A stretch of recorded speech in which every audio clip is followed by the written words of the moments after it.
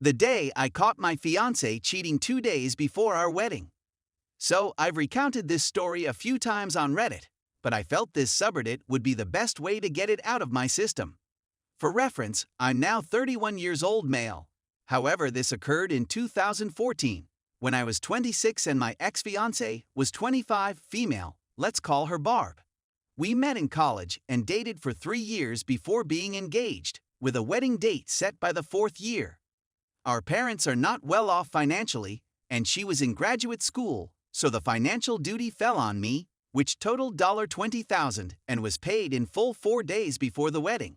We had our standard mid-20s relationship troubles leading up to that horror of an evening, with periods of bad communication, excessive drinking on weekends, and the odd argument about minor nonsense. Aside from that, we had a terrific relationship and spent a lot of time together figuring out life after college and planned for the future. As I previously indicated, the wedding and reception venue processed my check 4 days before the wedding, despite the fact that the contract specified that it was non-refundable.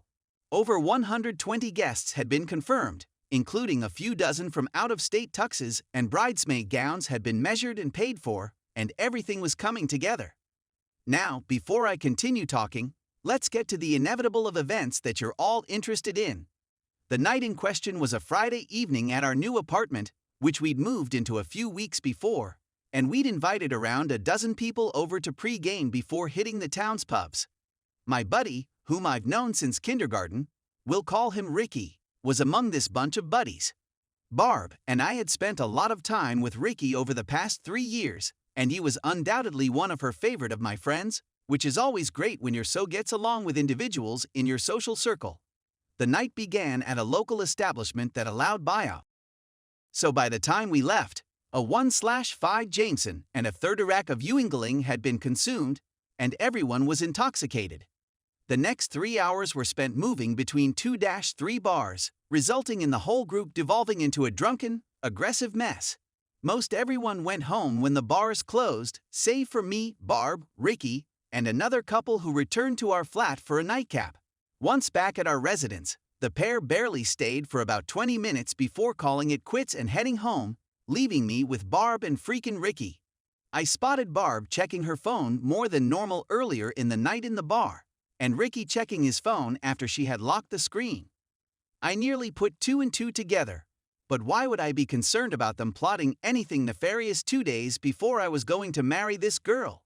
Back to my place, I was reasonably sober and observed that all of the liquor was gone, so I was thinking of picking up a couple of six-packs from a nearby establishment that remains up until 3 a.m. Barb and Ricky were clearly on the booze and had tanked, but there was no reason to assume anything shady would happen if I left for 20 minutes.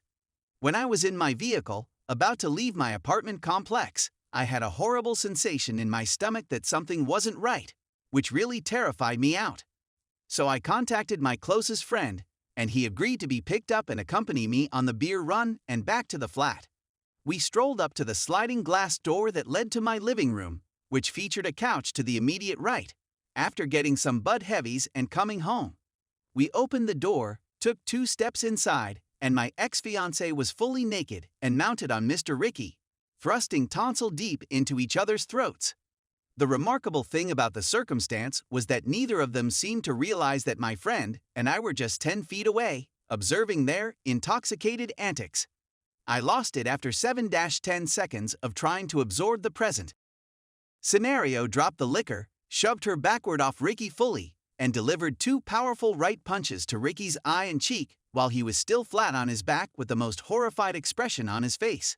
To put things in perspective, I am 6', 220 pounds and have always played hockey. He is 5'6", 140 pounds and a runner. Ricky began snoring. I had never idea this was a thing, immediately after my fist attack, and was sleeping for at least 5 minutes while I was losing my mind over the issue. I phoned her parents around 10 times without thinking till they woke up and insisted they come take up their unfaithful daughter right now. Their home was just 5 minutes down the road, so they came in quickly after I was berating Barb for her heinous, nasty choice. Her parents rushed into me, yelling at Barb, while Ricky was snoozing on the sofa and my friend was mediating the issue. The first thing I told everyone was that the wedding was OFF. I wanted the ring back and said that I'd rather lose $20K than spend the rest of my life with a cheating. Her parents spent the next 20 minutes trying to talk me out of it and sometimes justifying Barb's conduct, asking things like, why can't you forgive her? And isn't it too late to cancel the wedding? Meanwhile, Ricky awoke with the right half of his face swelled to the size of a grapefruit and his left eye closed. It was difficult to get him out of the apartment since he was too intoxicated to drive. So I contacted his brother, who was 20 minutes away, and spent that time berating Barb, Ricky, and her parents. Surprisingly, despite my wrath, I was able to keep my cool long enough to communicate my feelings. When I've been this unhappy in the past, my brain felt jumbled, and I had difficulty condensing and forming my ideas into coherent phrases. No, not this time. I had meticulously taken apart each objection, opinion, or appeal for reconsideration uttered by everyone in the room by the time Ricky's brother picked him up and Barb's parents shuttled her home. It felt fantastic. I'm not going to pretend that the months that followed were simple and that everything worked out in my favor. 2 months later, the pharmaceutical firm where I worked decided to lay off my whole division. I had piled up thousands of dollars in credit card debt to pay for the wedding. Unemployment followed me for 5 months, and I was diagnosed with major depression. Life was messed up for a few years, and I wouldn't wish it on anybody. But now that I'm 31 years old, things have calmed down and I couldn't be happier. Thank you for allowing me to air my grievances. Story 2. Wife cheated on me with mutual friend 2 days ago. Spent whole weekend with said friend as if nothing had happened. FML. I'd been married to my wife for 10 years and now found out she slept with one of our friends who was coming to the cottage with us over the weekend. So I spent the whole weekend with this man, fishing, grilling chicken, cutting down trees, and so on, not realizing he had just had with my wife. I saw they were spending more time alone than normal, and my wife was avoiding me almost religiously, so I knew something was wrong, but I never dreamed she'd cheat on me. Now, I must admit that my wife has been suffering with a lot of worry and despair recently, which she has unfortunately dealt with by drinking a lot more than normal. In her defense, she was very vulnerable. We had been going through this together, but it was a difficult time. I knew the flirting had been going on for months, had told her to be cautious with him since he's a touch slimy in general, perpetual flirt, and could see she was enjoying the attention a little more than normal. In any event, she hadn't been feeling well all weekend.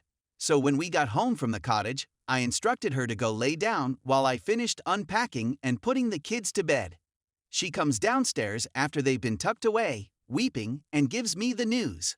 I later learned that it occurred when I left early to set up the cottage with the kids, which, by the way, we were locked out of, so we were really waiting for them to arrive to open, and that there was no alcohol involved. They had also kissed a few days previously, and my wife had given me pictures of her having a bath before that. What the? The unfortunate aspect is that I adore my wife and want everything to work out. She said that things were simple with him since he suffers from anxiety and sadness and so knows how she feels. She seemed to sincerely regret it and claims it occurred in a fog. How am I going to get over this? She also doesn't want me to speak to him because she is afraid he may commit himself. I'm a cool, composed man who simply wants to talk. Is this a reasonable request? Is it possible for me to make things work? Should I do it? I'm not sure what to say right now. Update 1. Confronted her about 4 a.m. and requested that she unlock her phone so I could see her most recent texts. There was a lot of opposition at first, with her claiming she wouldn't do it since it was 4 a.m., she had to work, and so on. She eventually consented, but when she arrived home, she panicked and erased texts. There was still quite a bit of incriminating stuff in there from this evening, suggesting more than a random fling, and that this guy is smitten, wants to steal her away from me, etc. And also that he was actually saying that he wants to kill himself. She was reacting positively, ostensibly to keep him off the cliff, and she claims to me that it was terrible and that she can't imagine kissing or life with him, just me. She has now agreed to keep the phone open from now on, to sever communication completely, to be completely honest, and to the penalties of failing any of those conditions, I'm gone.